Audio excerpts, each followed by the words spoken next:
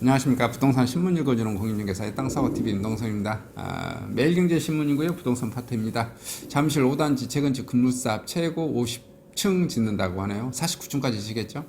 보통 50층부터 규제가 강화되니까 올해로 입주 45원차를 맞는 서울 송파구 등등에서 진행을 하는가 봅니다. 평형 못 넓히면 층고라도 천장 20에서 30cm 높인 단지 인기입니다.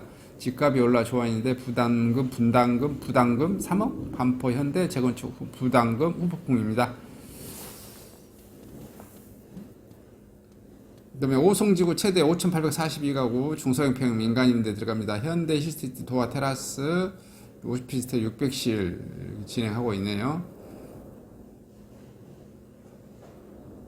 그리고 이제 한국경제신문의 부동산 파트 한번 봐보겠습니다. 요거 오늘 제일 큰 소식을 한번 봐보겠습니다. 도시형 생활 주택 오피스텔들이 왜 이렇게 포기가 속출하고 있는지. 재건축 부담 제각제각 반포 현대 등 크게 오릅니다. 아파트 막교환. 이게 지금 팔고 싶는 쉽지 않은데 세금 문제 때문에 막교환 해가지고 쉽게 말하면 그 2년에서 3년, 2년 보유 3년 그 일시적 2가구, 일시적 1주택 요 조건을 맞추기 위해서 서로 같은 아파트 단지끼리 막교환을 시켜버리는 거죠. 취득세 한 번 그냥 더 내는 겁니다.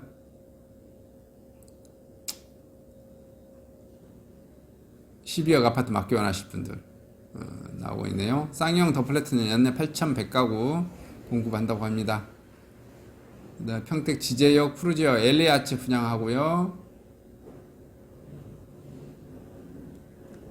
한번 도시형 생활주택 오피스 계약 폭이 속출한다는 소식, 규제의 풍선핵과 시들해지나 아파트 공급 부족에 따라 대치제 부각인데 지난해까지 수만 명 청약 몰렸습니다. 대출 규제 강화, 금리 상승 영향, 인천지방 오피스텔 하락 전환하고 있으나 전문가 심리 꺾여 예견된 수순이다. 아파트 공급 부족에 따른 풍선 효과로 인기를 끌었던 오피스텔과 도시형 생활주택 시장이 빠르게 식고 있습니다. 대출 규제 강화, 금리 인상, 집값 상승 피로감, 주택 시장이 하락세로 접어들려 대치제인 오피스텔 등도 영향을 받은 것입니다. 최근 오피스텔도 도시형 생활주택 면적 규제 등이 완화돼 이제 규제를 적용하는 상품의 선호도가 더 떨어질 것이라는 우려가 나오고 있고요. 경쟁률을 높았지만 80% 미계약입니다. 한국 부동산원 청약홈에 따르면 서울 용산구에 공급되는 도시형 생활주택 TK 밸리뷰 용산은 오늘 24일 25일 전년 물량 20가구에 대한 청약을 진행합니다. 이 단지는 앞서 지난달 20일 총 24가구를 대상으로 시행한 청약 700명 가까이 참여한 평균 28.5대 1의 경쟁률을 기록했고요. 당첨자 대부분이 계약을 고사하면서 전체 물량이 83.3 추가 청약에 나섰습니다. 소형 24에서 25제곱미터로 이루어진 DK 밸리뷰 용산 분양가가 9억에서 9억 8천 거의 10억이 다 되네요. 지난해 12월 대우건설이 서울 영등포구에 공급한 도시형 생활주택 신길 AK 푸르지오 상당 규모 미계약이 발생했습니다. 앞서 분양한 오피스 청약 경쟁률이 1312대 1에 달할 정도로 관심이 높았던 단지인데 도시형 주택 역시 296가구 모집에 12,766명이 몰려 평균 경쟁률 44대 6, 45대 1에 기록했는데 한 달가량 추가 청약을 하고 있지만 아직까지 총 4개 타입이 계약이 완료된 타입은 없는 것으로 알려졌습니다. 이 단지 전용 4구제곱미터 분양가는 9억 가까운 수치입니다.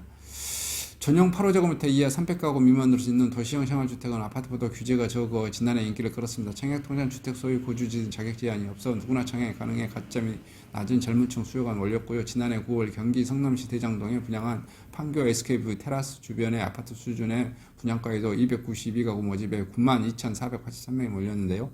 전문가들은 부동산 시장이 관망세가 짙어지면서 서울 알짜 입지에서도 대규모 미계약이 발생한 것으로 보고 있다. 권일 부동산 인포 리서치 본부장은 도시형 생활주택은 분양가 규제를 받지 않아 상대적으로 가격이 비싸지만 부동산 시장 하락기에는 아파트보다 더 크게 영향을 받는다며 대출 문제나 금리 인상 등 자금 확보가 어려워진 것도 영향이 있다.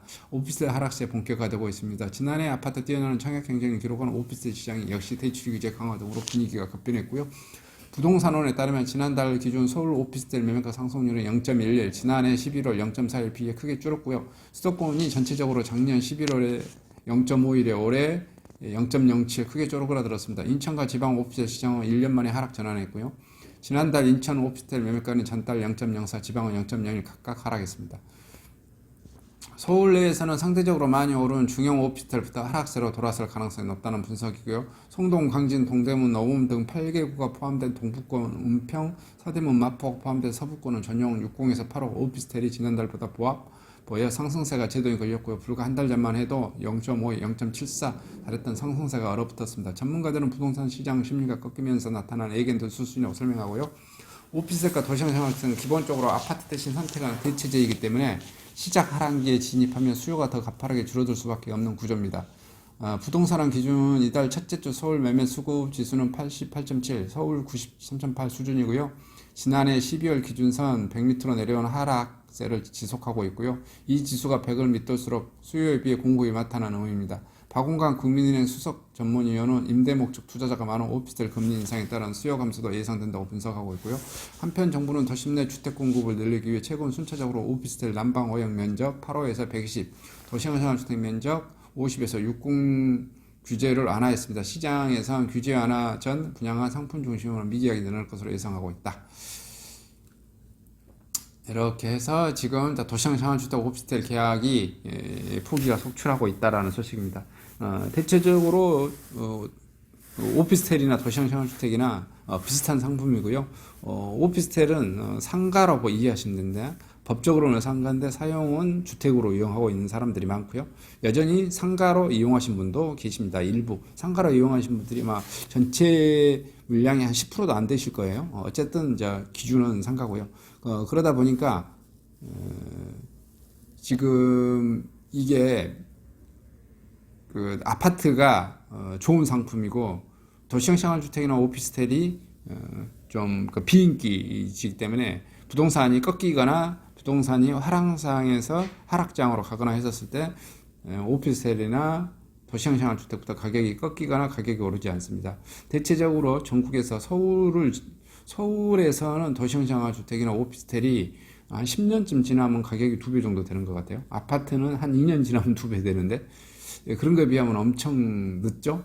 그리고 뭐 광주광역시나 지방들은 도시형 생활주택이나 오피스텔이 10년이 지나도 원 분양가가 1억이면 한 1억 2천이나 1억 3천 이 정도밖에 오르지 않습니다. 많이 오르지 않습니다.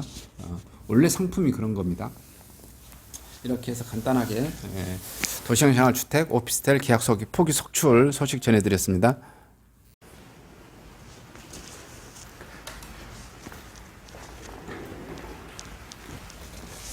안녕하십니까? 저는 네이버 카페 빛가람 혁신도시 카페를 운영하고 있는 카페직이고요.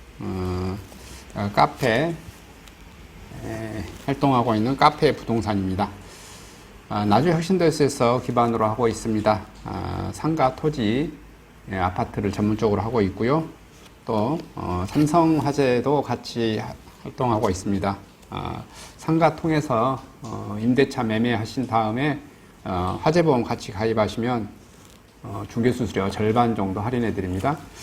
그리고 삼성화재의 그 의료실비, 운전자 보험, 자동차 보험, 화재보험, 적금, 치아보험, 연금보험, 상해보험, 통합보험, 자녀보험, 간병보험, 당뇨보험 이런 것도 모두 한꺼번에 취급하고 있습니다. 보험을 또 가입하게 되시면 또 이렇게 저를 통해서 상가 이렇게 임대차 내시고 하시면 네이버 카페 빛가람 혁신도시 카페에 홍보를 해드리고요. 유튜브에도 이렇게 홍보를 해드립니다. 그리고 이벤트 행사를 해서 여러분의 매장에 손님들이 찾아갈 수 있도록 이렇게 해드리고 있습니다. 물론 이벤트 비용은 제가 부담해 드립니다. 저를 통해서 많은 사업 같이 윈윈할 수 있도록 도움을 주셨으면 감사하겠습니다.